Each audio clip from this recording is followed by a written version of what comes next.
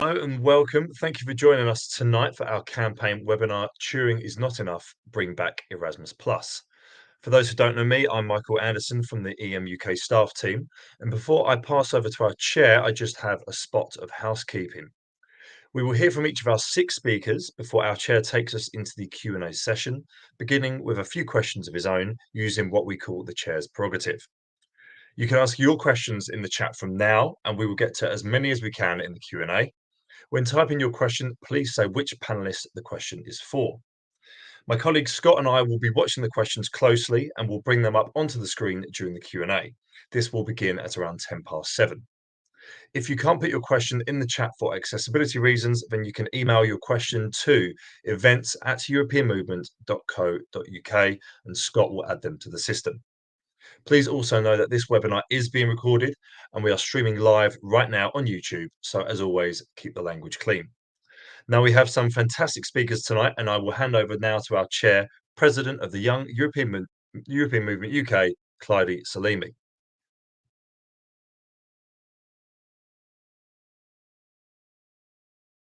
There we go, on mute.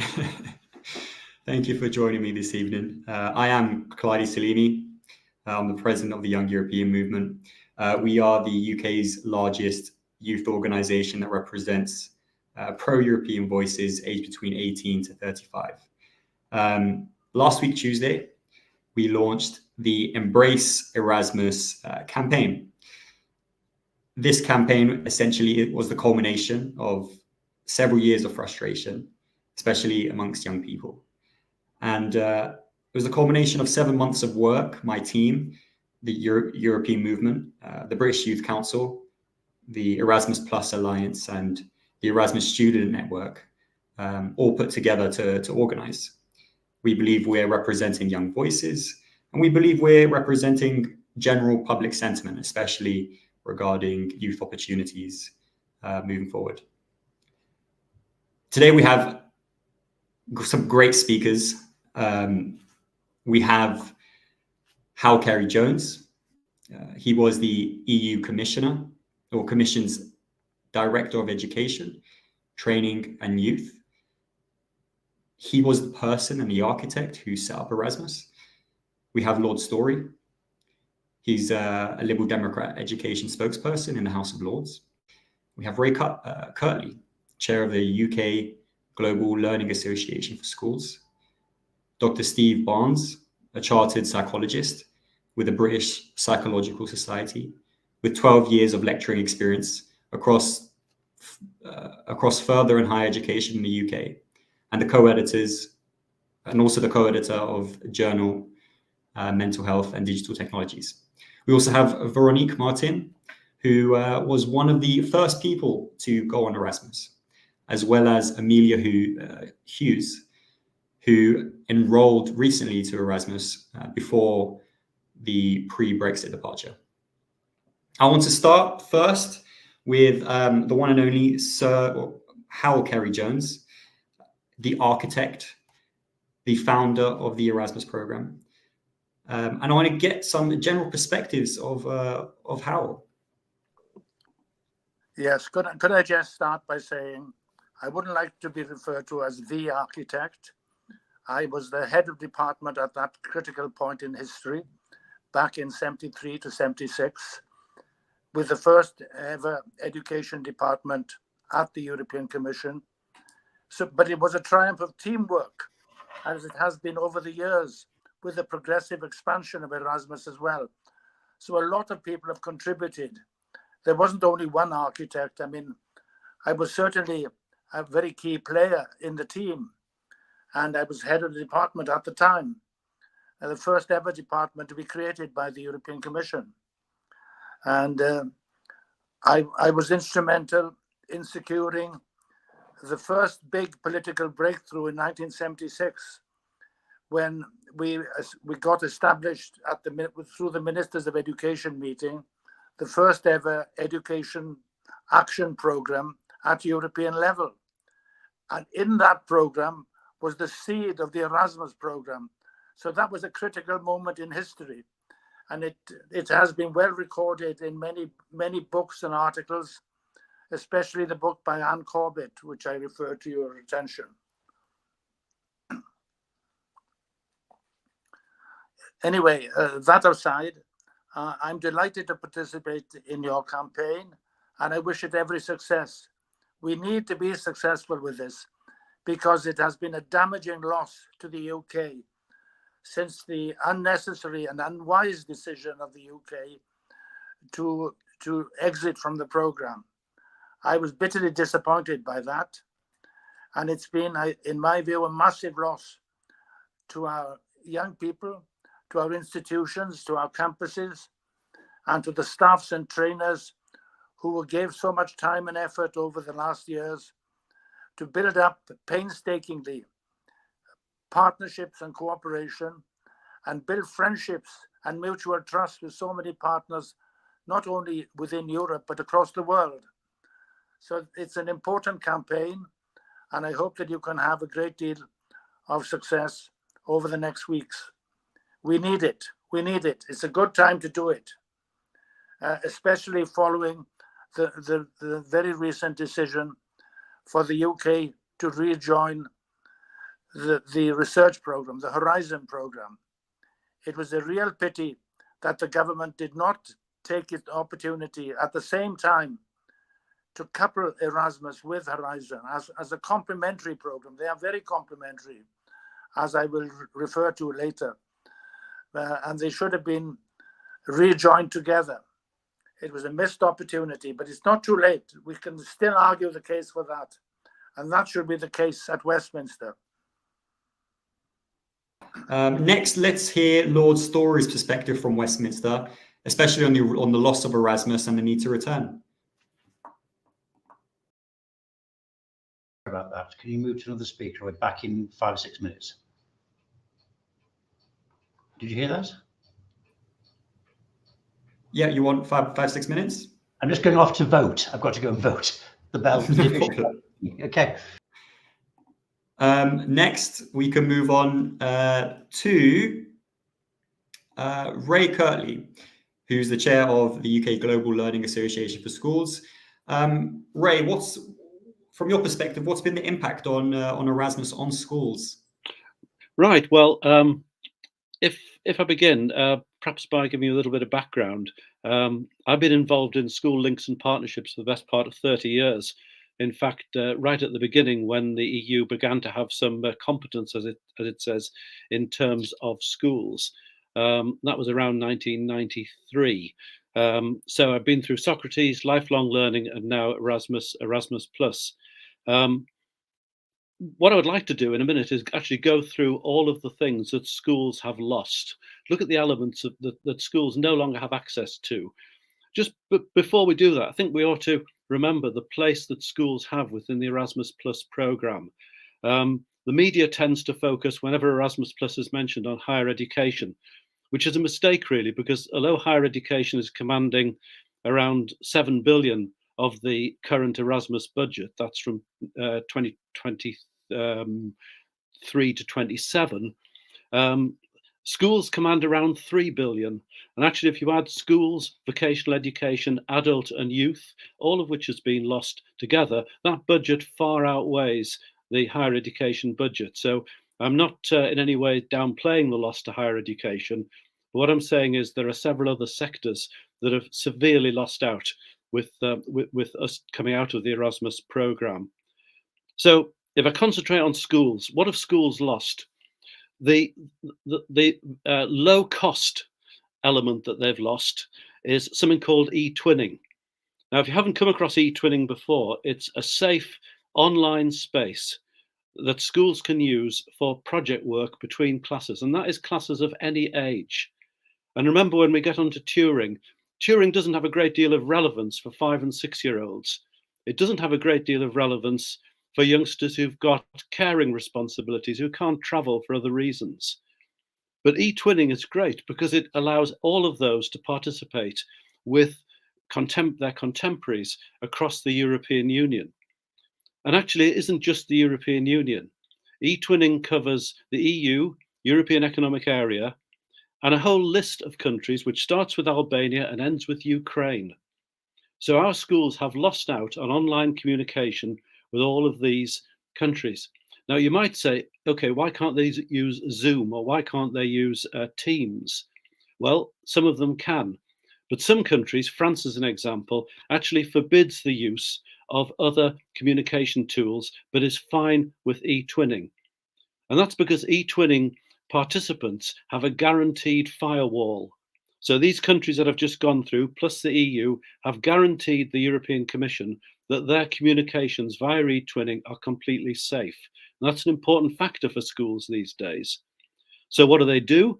They meet, they get involved in projects through something called twin spaces. There's events, there's conferences, there's projects. And the great thing about e-twinning is that there isn't any mobility, so it's relatively cheap. And if I was to recommend anything to the UK government, it would be that re-entering e-twinning would be a superb low-cost way to get back into Erasmus Plus for schools, a beginning, in other words, that could be achieved really quickly. So what have schools lost? They've lost e-twinning. But what else have they lost? They've lost job shadowing. Now, if you've ever been in a class of 5 or 6-year-olds and watched a teacher walk in who they've only met online so far on a job shadowing, the reaction is quite marvelous. You know, here is this teacher that they met on the screen, there in real life. And job shadowing works both ways. Our teachers, when we were in Erasmus, were able to go to a whole variety of countries, sit with other practitioners and absorb their good practice. Job shadowing has come to an end. And so has in-service training. If you are, for example, a primary teacher charged with teaching, let's say, Spanish, you might have a GCSE to your name.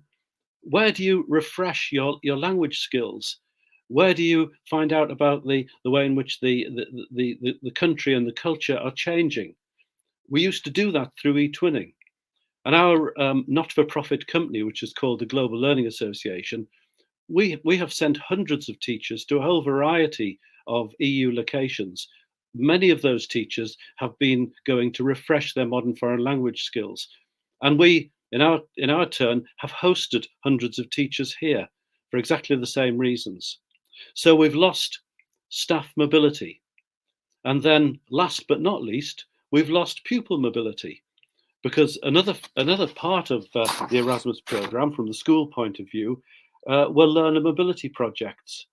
And they were curriculum-based. And the great thing about them, which Turing doesn't offer, is that they were reciprocal. So youngsters who went abroad as part of a project, others would return to their school in due course. So we had a reciprocal experience. And if I was to tell you what Turing offers, it doesn't offer e-twinning, it doesn't offer job shadowing, it doesn't offer in-service training, and it doesn't offer reciprocal mobility projects. Just to finish off with, we don't perhaps need to mention this because it was evident even when we came out of Erasmus Plus, but Erasmus has huge educational benefits for schools. And my attention was drawn to this today because there's been a House of Lords committee reported today on the 11 to 16 curriculum. And they reported exactly the sort of benefits that Erasmus Plus brings that our current curriculum for these older pupils lacks. That is practical and applied learning, collaboration, working with others from other countries and cultures, just the sort of thing that business leaders are calling out for. And our current curriculum doesn't really embrace many of these qualities. But if we need an educational argument for Erasmus, for schools getting back into Erasmus, it's there. It's easy. It's about those skills which youngsters at the moment are not necessarily finding through their current curriculum. So that was a very quick rush through Erasmus Plus, but I hope it's at least stimulated some questions. Thank you. Thank you, Ray. Thank you for your insight. And I know, Erasmus encompasses so many things and we only have so much time to get through all of it. Let's hear from Lord Storey and the Westminster perspective on losing Erasmus. Well, first of all, Sorry about that. We've got a division on voting rights for overseas people, which seems to fit in a little bit. So I need to say right at the very beginning that I'm part of a well-formed Lib Dem education team in the House of Lords, and I mainly do preschool, primary and secondary education, and take an interest in other things as well. And my background is that I was a teacher for 40 plus years and a head teacher for 28 years. With the latest generation of Erasmus Plus now well underway for the period of 21-27, the benefits of the programme have now become manifest. Partnering countries invested up to £26.2 billion until 2027. And I believe the investment is well justified. Past and present Erasmus programmes have aimed to stimulate international mobility of students and staff, to enable higher education institutions, particularly to improve their quality and relevance through transnational cooperation projects and networks. Certainly then our globally recognised universities and higher education institutions, as well as our students, should not be missing out. The United Kingdom joined the Erasmus Plus programme in 1987 with the aim of improving employability through funding for education, training and sport. In 2020, our last year in the programme, the UK welcomed and sent about 45,000 individuals participating in the Erasmus Plus project. Incoming participants joined our prestigious universities for a fixed period before returning to their home institutions, and similarly our students went to Europe, mostly to Spain, France and Germany, to attend classes in some of Europe's most distinct universities. This is undoubtedly beneficial to the development of a better educated, multilingual and more employable generation of students. And the numbers speak for themselves. In terms of employability, 80% of students who joined the programme report finding a job within 3 months from graduation, whilst in the UK only 63% report finding a job 1 year after graduation. So clearly the investment in the Erasmus programme will be beneficial in helping students achieve better labour outcomes and be satisfied with their career choices. The programme notably helps students finding their way better than those who did not experience mobility, as they tend to be more satisfied with their job and have greater opportunities at home and internationally to grow and progress professionally. Moreover, Erasmus is a unique opportunity for students from disadvantaged backgrounds, and this is very important to me. The grant offers students who would not otherwise have financial viability the opportunities to travel and gain exposure to different languages, cultures, and build a network of cross-border relationships, thus enhancing their chances of social growth and bettering the quality of life. Beyond economic outcomes, the programme also betters social inclusivity. This is, to me, of utmost urgency, given the context of social tensions so close to our borders. Studies on the impact of Erasmus Plus have found that 95% of graduates have learned to get along better with people from different countries and cultures. The experience also increased their sensibility to issues of discrimination and made them stand stronger against intolerance, racism, xenophobia, or sexual prejudices. This is absolutely invaluable. Now we are finding ourselves trying to compensate for leaving the Erasmus Plus programme with the newly born Turing programme. The nature of the policy is very similar, but the financial and effort costs it bears are enormous and do not fully make up for the losses of abandoning Erasmus Plus with our European peers. Much of the criticism to Erasmus Plus were targeted at its financial cost, amounting to 200 million, and not paying off.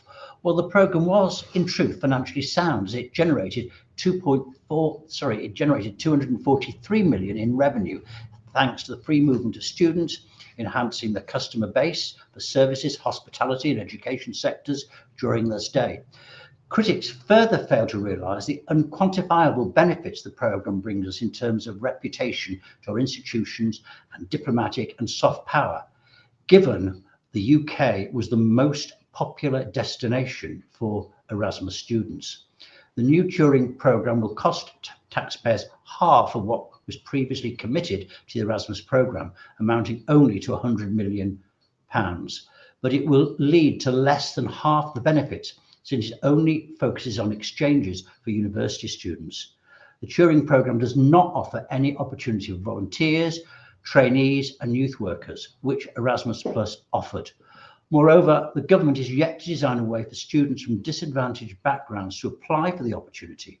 Erasmus Plus already has a solution to all these issues, so why start from scratch if the solution lies across the channel?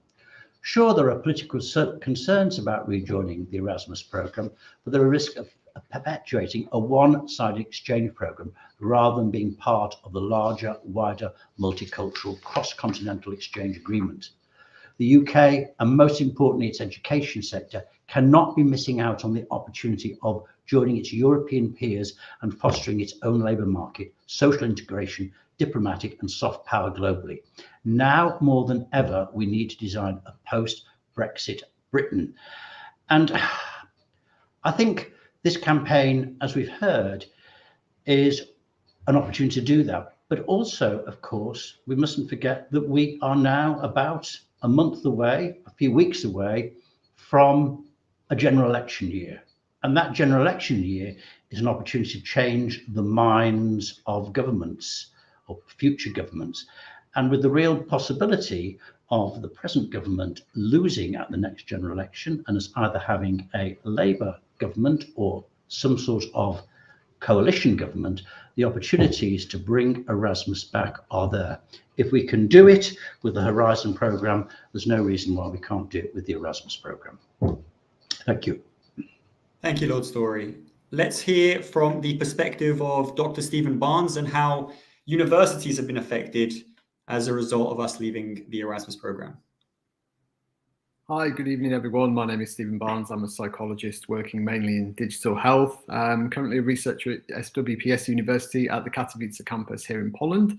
I'm working in a lab with a number of international partnerships which stretch across Europe. Thank you for having me with you this evening. While I only have 5 minutes, I hope to shed some light on some of the issues that have been encountered by the university sector in terms of our non-participation at the moment in the Erasmus programme. I think it's worth pointing out that UK universities have a long and documented and rich history of academic mobility and collaboration with our European partners, a cooperation which has been complicated by Brexit. And to give one specific example, the decision not to engage with the Erasmus programme. It is difficult for me to sum up in 5 minutes the value of Erasmus to universities and students. So I've tried to consult with my colleagues here across the EU and the UK and try to narrow this down. So apologies in advance to my colleagues for not covering everything that they've provided me with. From an institutional and research perspective, I gladly note our return to the Horizon programme. That's come with some considerable positivity and relief for a number of scientists, I know. I completely agree that Horizon and Erasmus are very complementary programmes. And perhaps if I could share a personal example of how Erasmus helps to broaden our collaborations in research terms as a means for allowing academics to travel and share knowledge and expertise. As part of my role here, I've been involved in the process of forging a working agreement with a large multi-institutional organisation in the UK who are heavily involved in healthcare innovation at a high level. Unfortunately, given the non-participation in the Erasmus programme, getting this off the ground has proven very challenging. And funding this via Turing is also very difficult. So this kind of exchange with UK institutions, which would have allowed for knowledge and expertise exchange, is now proving very difficult. From a student perspective, we'll hear from students of the Erasmus programme, so I don't want to cover too much of their ground, but I've also received a number of messages from my colleagues who were previously responsible for Erasmus programmes, pointing to how once popular and growing student exchange programmes have struggled in recent years following the UK government decision to leave the programme. One of my previous institutions had an exchange agreement which grew rapidly during its existence, bringing a number of students to the department, some of whom would then go on to further study. And more widely, this also helped not just for individual students, but to forge links between partner institutions and to develop international relationships and research collaboration opportunities. Unfortunately, I hear that not only has that student exchange ceased, but the opportunity to develop and grow those trans-institutional relationships has also been damaged. For students as well, I should say that from my own experience, Erasmus was not simply an opportunity for them to study abroad. And I would echo what the speakers have said, that for participants of Erasmus, it had this lasting cultural capital, which continues to impact those students now in their professional practice, and opportunities which without the Erasmus program, some of those students may not have had the financial means to be able to attain. And they brought back with them not only academic knowledge, but a wider body of cultural and social knowledge and social integration. Through that opportunities had expanded their horizons with a broader perspective, not only on their studies, but much more widely, and collaborations and professional working relationships, which continue to this day. So it's very impactful, far more than simply passing modules. They often brought other students and institutions together. Economically, I have to agree with Lord Storey that the financial implications of attempting to alleviate the damage by leaving Erasmus by the Turing programme are notable. The popularity of UK universities for Erasmus meant that the UK typically received far more students than it sent, which brought students into the UK and brought revenue in to strengthen local economies. And I know that by the government's own statistics, the Turing scheme has at present received only a very small number of applications. I think it was Professor Sean Hand, the University of Warwick's Pro Vice Chancellor for Europe, who pointed out that the Turing scheme doesn't account for a number of things that Erasmus used to. So visa appointments and costs, healthcare entitlements, the need for participants now to demonstrate they have in their possession a significant number of a sum of money to sustain themselves during their stay. And my colleagues report to me a number of difficulties also in accessing Turing funding, or that the funding programs are very poorly organised, and that Turing funding also doesn't cover tuition fees for students coming to the UK, which, considering the height of the fees, appears to be putting a large number of students off coming. That means we miss out not just on students, it means we miss out on a lot of social and cultural exchange and wider opportunities for collaboration. So apologies for covering such a very broad base very quickly. There is, of course, much more that I could say, and I'd love for nothing more than to see us return to this platform that gives us an opportunity for cultural capital and collaborative engagement with our neighbours. Thank you. Thank you, Dr. Stephen Barnes. Next, we have Véronique Martin. She was one of the first to go on the programme when it was created. Let's hear from her reflections on the programme and her journey. Thank you very much. Thank you for having me. I don't think it's an exaggeration to say that I owe my life, that is my adult life from the age of 20, to Erasmus. Thanks to Erasmus, ordinary people like me have been given access to an experience previously open only to rich people with connections. It all started for me in early 1984 during a grammar lesson in Grenoble University in France, when the lecturer asked a full amphitheatre who would like to spend the first term of their degree year in Scotland, in Dundee. I'd never heard of Dundee, but had always wanted to go to Scotland, and my hand went up immediately. I remember my dad driving me to catch the train in Lyon in October 1984 on my way to Dundee, telling me that I was living his dream and that he was so happy for me. All my departure nerves vanished, and I felt incredibly lucky to have such an opportunity ahead of me. When we, 5 young French Erasmus guinea pigs, eventually arrived in Dundee, exhausted after a long and eventful trip, we were immediately greeted with warmth and kindness. We were put in different student accommodations, which encouraged us to get out of our French comfort zone and strike friendships with other students. That night, a cheese and wine party was organized by the staff in our honor, and the rest is history. During our term, the lectures and seminars were excellent, and there was a lot of pastoral care, something we'd never experienced in France. We were introduced to everybody at the university and invited to meet important members of the local community. We could see the exchange was significant. We were part of something big.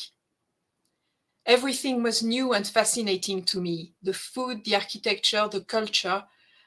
I remember feeling my mind was expanding, and at the same time, I felt like a missing component was entering my life to make me feel part of a meaningful whole.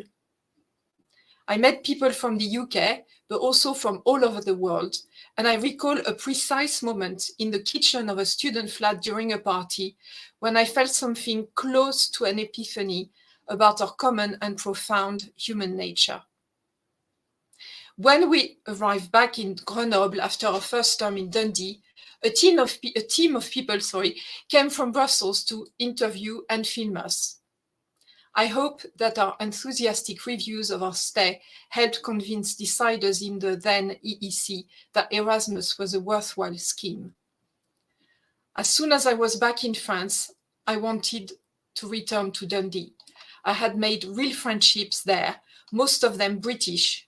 One of those friends has been my husband for 33 years, and another 3 are still close friends. 2 of them have built their lives in their respectful Erasmus countries. After I passed my degree in Grenoble, I became once again an Erasmus guinea pig, this time for a whole academic year, 1985 to 1986. It was the year that changed my life. I fell more deeply in love with the experience of living in the UK and realized I no longer wanted to live in France. I was still French, but I was also becoming European. I need an identity that became mine for my whole adult life. That is until June 2016 and the Brexit referendum. Before that, I cherished being European, feeling at home everywhere in the EU.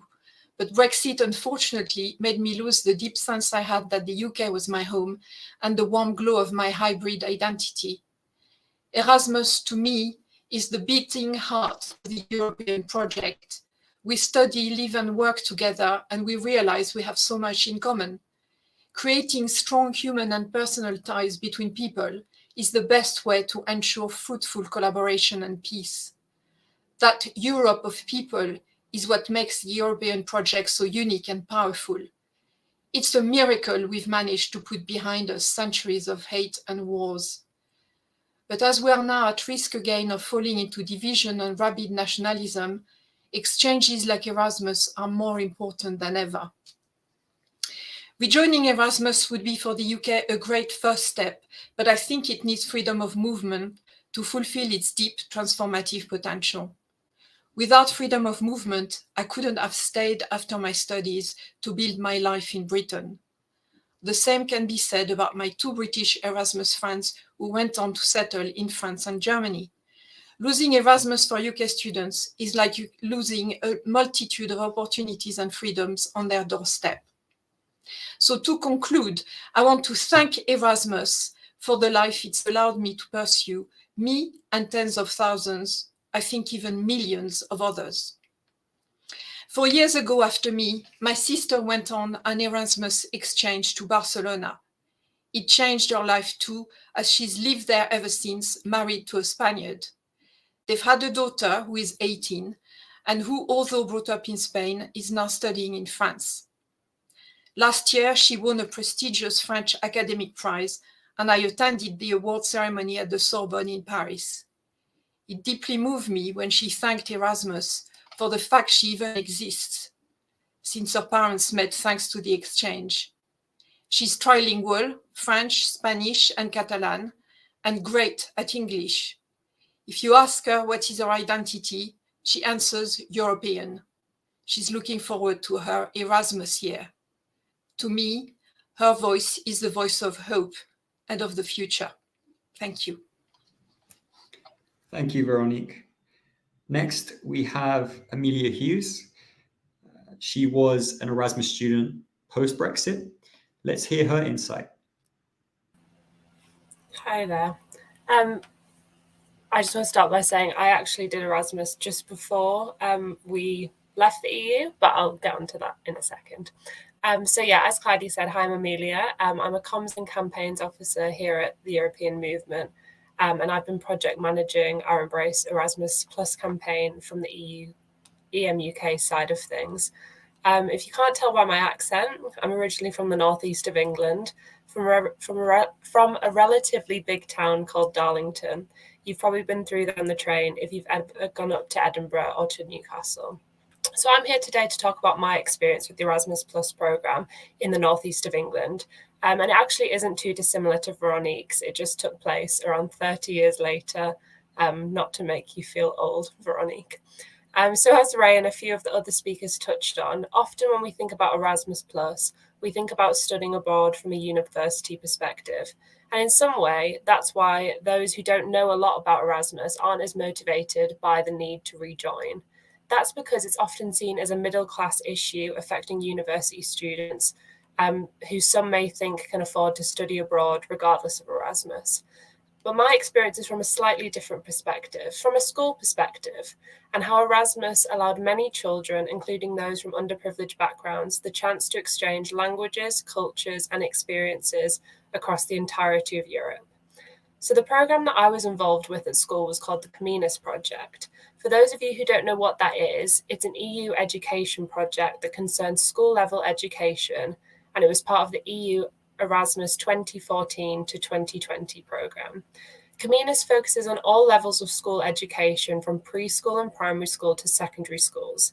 It's relevant for everyone involved in school education, mainly pupils and teachers, but also local authorities, representatives of parents' associations, non-government organisations, teacher training institutes, and universities.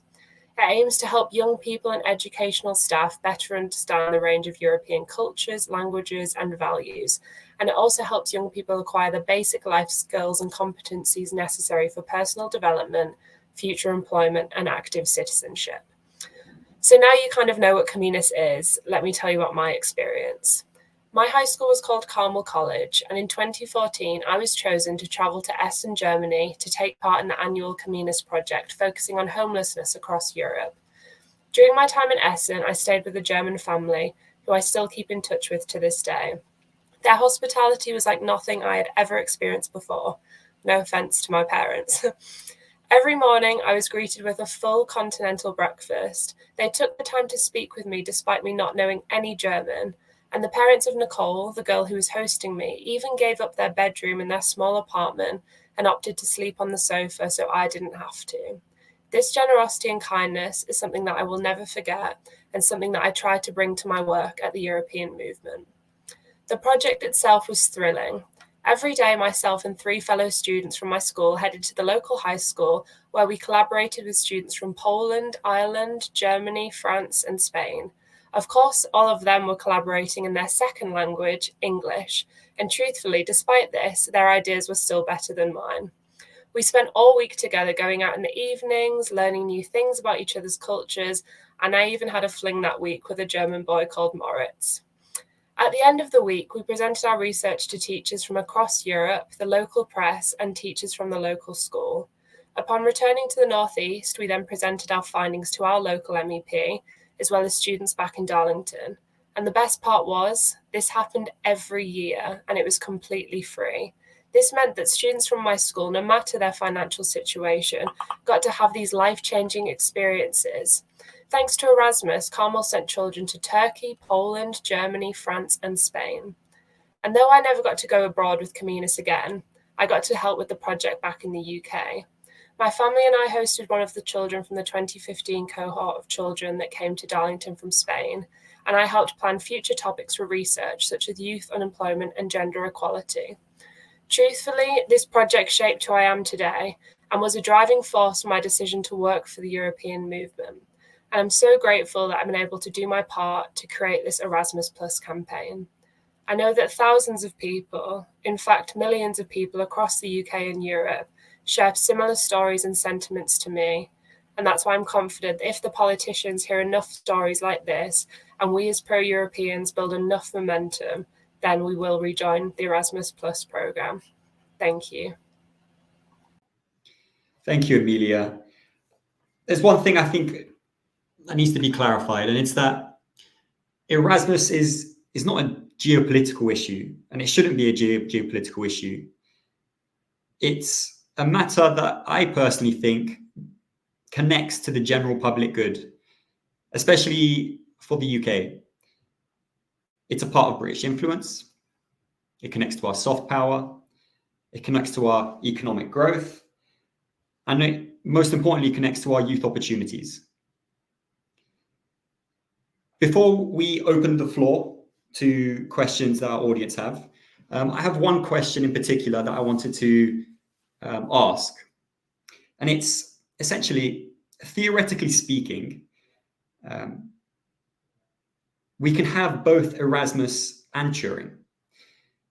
I want to ask how, whether this makes sense as a policy, or does Erasmus Mundus cover most of this essentially? Well, I think Erasmus has a much greater breadth to it. And it's important in Westminster that they understand what that breadth is. Because what we have lost as well is the opening of Erasmus to vocational education and training, because that was a European strategic aim to try to improve the quality and status of vocational studies, which is desperately needed in Britain in particular. We've always tried to model ourselves a bit on Germany and its dual system, but we've never succeeded. So it's important to understand the breadth of it. And also we've lost out when the UK decided to exit the program, we lost all the youth element too. And that's not been provided at all really within Turing, because the current programming arrangements for Erasmus Plus have introduced some important elements to increase they boosted the opportunities to participate in the youth solidarity scheme. And they have also set aside money, quite a lot of money, 100 million, with a budget equipped to respond to the situation after the pandemic we had, including improving the quality of digital education and helping teachers and trainers and young people and with more inclusive learning opportunities, digital learning opportunities. So I think that's important. But most important in my mind is the new greening dimension in Erasmus Plus. Right at the time when the COP26, 28 or whatever it is a meeting on the world climate situation. Here is a missed opportunity for us. It's provided as a big priority within the Horizon program, but it's complemented by Erasmus, which has a greening dimension, which encourages work with teachers and curricula on interdisciplinary studies connected with the range of climate policy issues, and also some of the world health issues. So these are missed opportunities, and we should be there, and we should be proud of being there. And we should be doing that now at this point in time as part of our own UK-wide strategy on combating climate change. We mustn't lose that side of the argument. Thank you, Hal. We have a question from the audience. Let's open the panel up. Here's the question. Given all of the obvious advantages, why on earth did we leave? Who wants to answer that one? Well, we left for political reasons, didn't we? I mean, this was. I'm sorry to bring naked politics into this, but the Conservative Party were on the back of the referendum, which was only narrowly carried, as we know, were full-blooded to do everything to show the red wall seats and supporters that they didn't need Europe, and anything that smelt of Europe they wanted to withdraw from. And it wasn't just, as we know, it wasn't just the Erasmus program, it was Horizons then, it was cooperation in all sorts of areas. And that's why it happened. It was sacrifice on the altar of political expediency, I'm afraid. Thank you, Lord Storey. Another question that we have, loving this, but I feel you're preaching to the converted. How do we move forward? And this question, I think, is really, really important, because at the end of this discussion, action needs to be connected to it. Does anyone have any thoughts? I feel like, yeah, I could jump in here and just try and link it a little bit to our campaign. So I guess obviously I work for EM UK, and I know that a lot of our supporters are already converted and pro-Europeans. But the thing that we're trying to do with this campaign is to reach a wider audience. So obviously we're pushing the campaign on socials, but we're also about to launch a part of the campaign where we're encouraging people to kind of leave leaflets and information in areas within their local area. So be it cafes, libraries, supermarkets, which won't only draw attention to the campaign, but will draw attention to the campaign from a local perspective as well.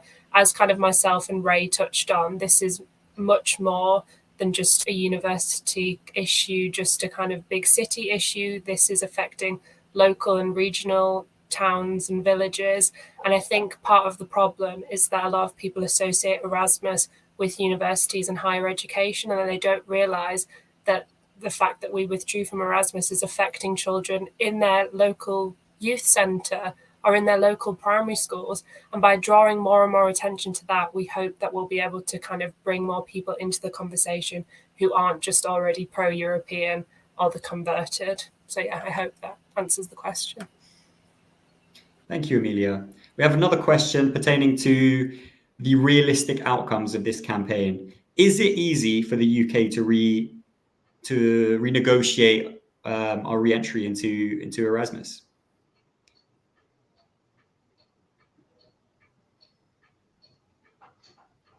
Yes, Ray. Renegotiation into e-twinning would be easy, because if you look at the list of countries that are accession countries for the EU, many of them are not in the whole run of Erasmus opportunities. So e-twinning would be easy. You just need a national agency set up in this country. You need to guarantee the security of your links, and schools can be in. Anything else will, I suspect, take longer. But if we were at least in that element, it would be a beginning. I also have a question, which is investment in young people, in their skills, in their futures, and in their opportunities has always been of national importance, and it's always been a national strategy that pays dividends.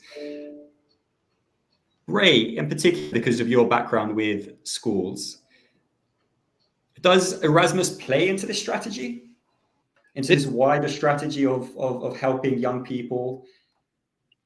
Yes, it does. And I would like to pick up on something else, which I think Amelia mentioned and others have mentioned. Erasmus didn't just touch young people in schools. It also enabled links, collaboration, partnerships for youth projects.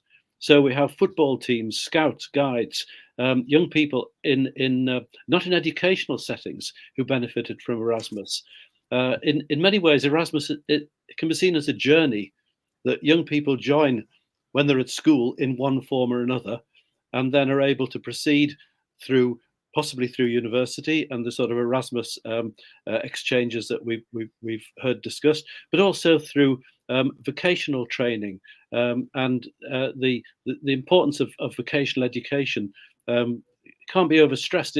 It's something, as we've just heard, that we used to model ourselves a little bit on the German model. Vocational education here in further education colleges is really suffering. Erasmus brought another dimension to those colleges by enabling exchanges, enabling internships in other European countries.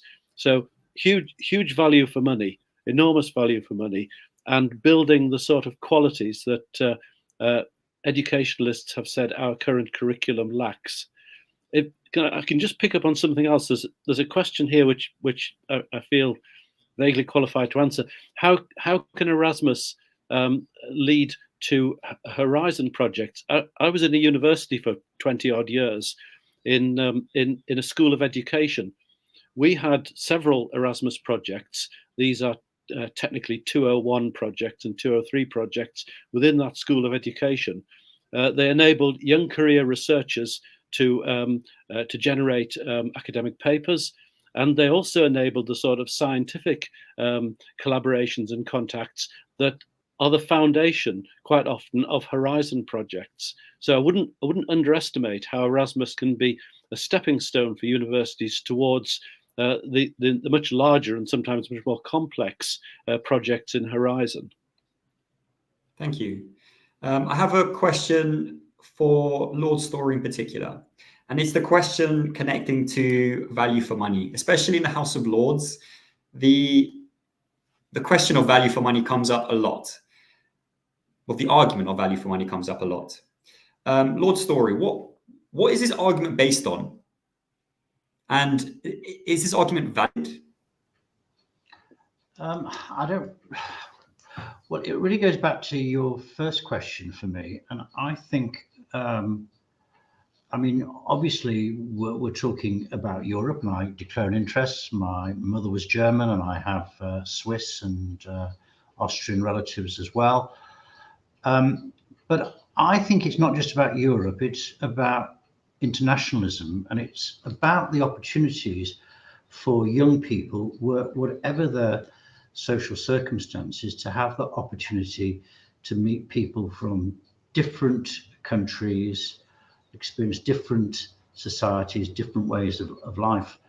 And sadly, increasingly, if a student, for example, goes to university, they tend now to stay at home. They don't travel to, to a university in another part of the UK where they'll meet young people from different parts of the UK. They tend, because of costs, to stay at their local university. I think that's a great pity. So I want to see, I want to see as many opportunities for young people to travel and to go to different parts of Europe, do some of the things some exciting things we've heard about tonight.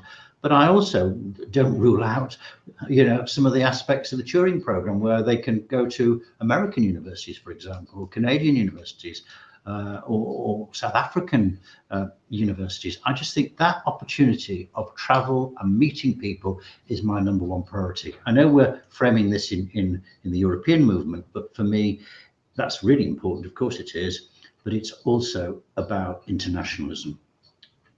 Thank you. That doesn't answer money at all, I'm sorry, but I want to get off my chest. It's okay. Véronique, did you want to say something? You're muted. Oh, sorry, am I? Now you're okay. No, I'm okay. Okay. It's a really important point, I think. And I always felt, I mean, when I experienced Erasmus all these years ago, I met people from all over the world. And that was a key part of the experience. It was not just meeting, British people in Britain. It was meeting people that came from Hong Kong, from India, from Africa. And I made really good friends with these people. It opened all sorts of opportunities. And there was the language aspect, which I think Turing is no longer focusing on. But if we want to understand other people, if we want to get close to other people, we need to understand their languages, because language tells us so much about a people's psyche. And I think that going to mainly English-speaking countries is not the best thing